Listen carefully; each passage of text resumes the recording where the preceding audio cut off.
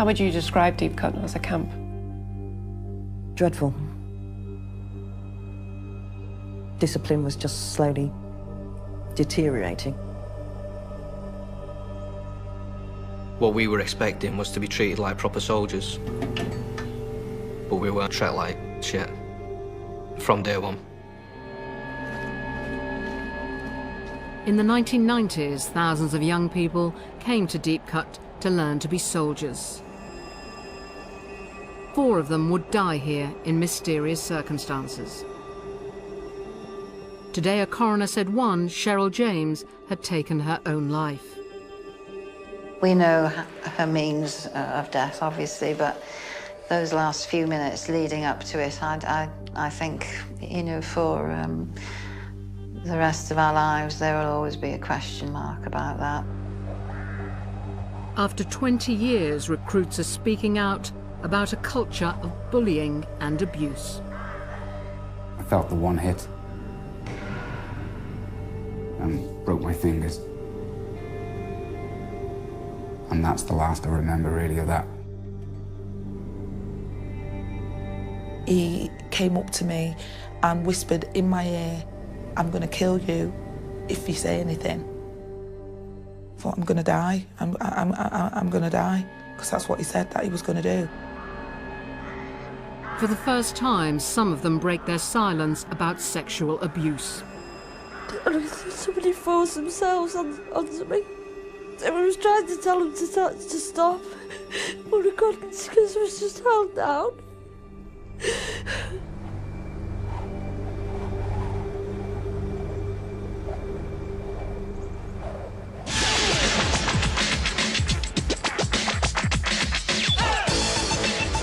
I used to watch an advert called Frank.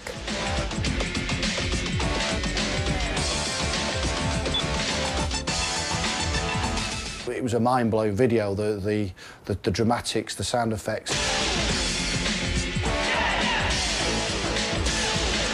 I wanted to give something to the country. I wanted to be proud of the country. I wanted people to be proud of me as well. I want to be that guy on the telly. I want to be that guy on the video. If you want a job with a bit more adventure and excitement, to be frank, join the army. In 1995, the new recruits were told to report to Pirbright Training Centre in Surrey, next door to the sprawling Deep Cut Army base. Here, the mainly teenage recruits would spend their first 10 weeks. They'd learn the basics of army life. I was scared, but excited. I think for me it was quite shocking. It's really the first time away from home for any length of time. I remember standing there with my bag thinking, have I got enough socks and underpants, and who's going to do me washing? It was just like, wow, I'm here, it's just amazing. I'm going to start making friends, and that was the start of the whole journey of me being in the British Army.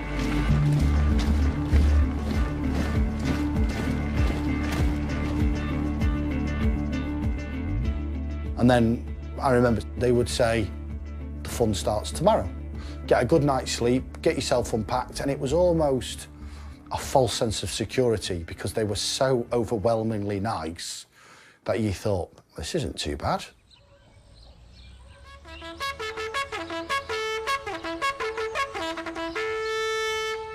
Who can remember what time you were told? 7 o'clock, Sergeant. You are already late for day 1 CMSI. Do you understand? Yes, Sergeant! This 1990s footage shows basic training at another army base, Winchester. The British Army has always instilled strict discipline into its recruits.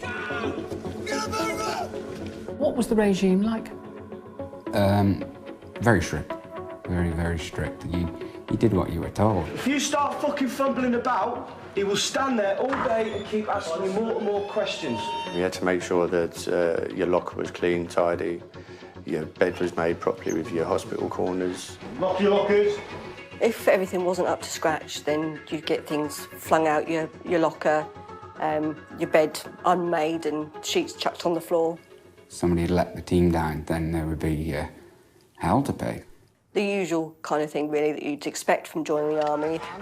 Right, what's this fucking orange stuff inside here? What is it? Rust! What's rusting on it? Right, Corporals and sergeants were the instructors who led the training. Rust! It's more rust! So out of 10 weapons, I've now got 6! The instructors at Pirbright, they're the ones that turn you from a civilian to a soldier.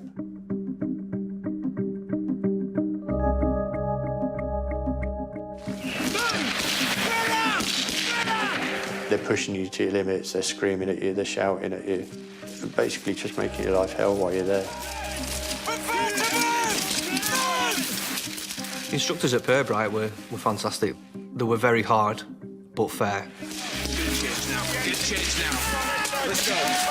I can remember every day perfect, but it was, now looking back, it was good fun. It was hard at the time, but good fun. However, that wasn't everyone's experience.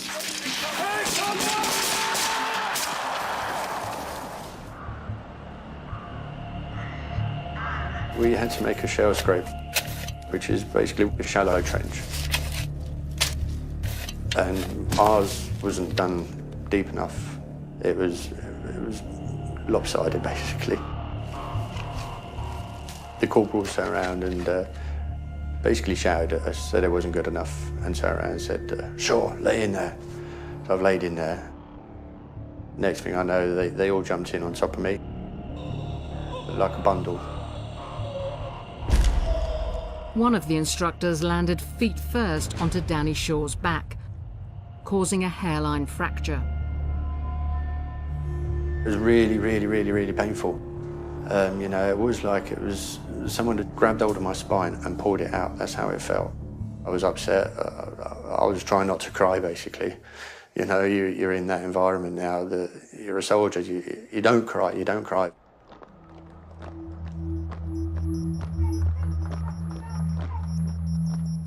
I was the only black female within the troop. In fact, I was the only black female in the whole squadron.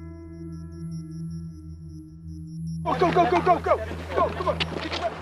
Dawn says she was targeted from the outset. I'd gone to collect my shells from the bullets.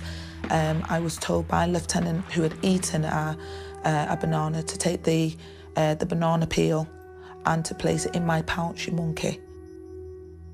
I then took the banana peel and placed it in my pouch. I was quite wary.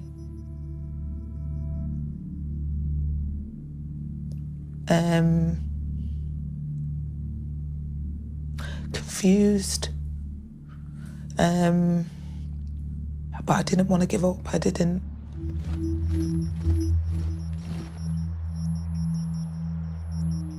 It didn't stop from there, really, from Pirbright. It carried on from Pirbright to Didcot to my unit, which was the worst time of my... gosh. Yeah.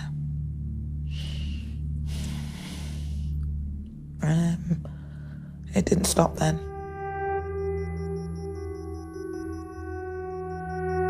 The word that they used to use was nigger. That was the word.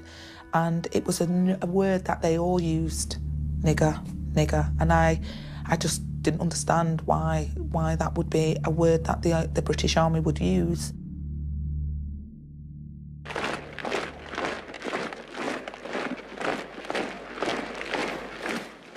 They'd made it through their 10 weeks basic training.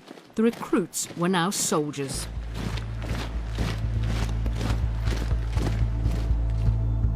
From Pirbright, it was a short move to the next door barracks, known as Deepcut. Here, as members of the Royal Logistic Corps, they'd undertake specialist training. It got built up to be a place which was full of opportunity and a proud place to be. But once we got there, it was a very different story. A place where fear was instilled from the very moment you walked through the gate.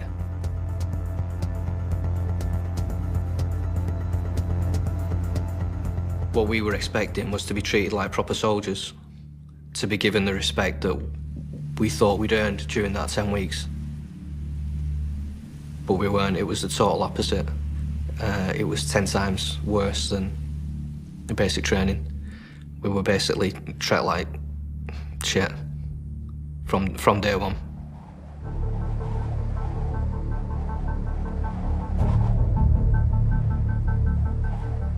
They did single out a few women and a few boys as well that they didn't like.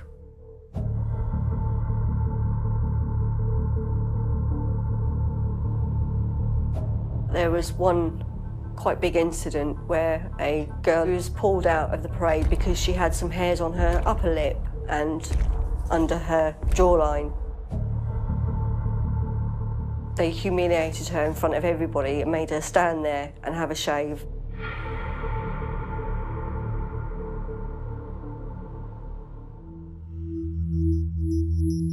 Julia Bolton was one of the few female non-commissioned officers, or NCOs.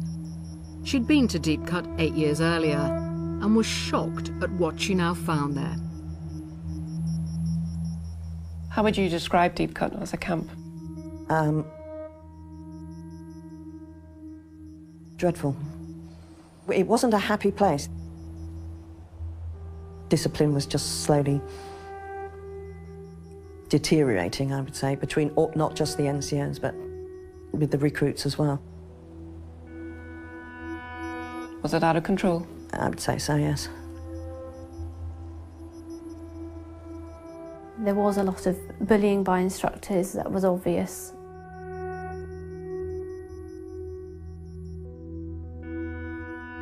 Some of the instructors were thugs, in particular Sergeant Gavigan.